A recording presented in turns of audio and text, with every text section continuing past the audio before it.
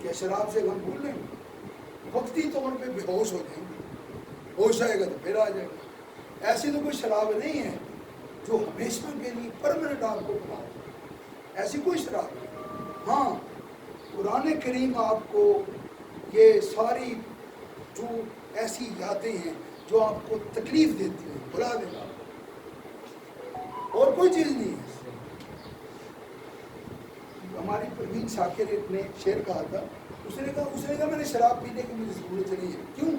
کیونکہ میں نے اپنا غم کا بوجھ شراب کے حوالے نہیں کیا، میں نے اپنا غم خود، اپنے ہمت ہے میرے اندر۔ اس نے کہا تھا کہ جو غم ملا ہے بوجھ اٹھایا ہے اس کا خود سر زیر بار ساغر و بادہ نہیں کیا۔ عورت ہو کے کتنی دلیر ہے اور باہمت ہے، وہ مرد ہو کے انہوں نے شراب کے بارے میں بات، یہ ہم اسی پہ بات کریں گے، اسم سے شروع کریں گے۔ ہم پہلے پڑھیں گے اسم، پھر پڑھیں گے اسم۔ آپ کہیں گے سارا اسم اکٹھا ہی کر، نہیں، کچھ اسم ایسے آئیں گے سمجھ آئیں گے، فعل کے بعد سمجھ آئیں گے۔ تو اسم سے ہی شروع، اسم میں واخر دعوانا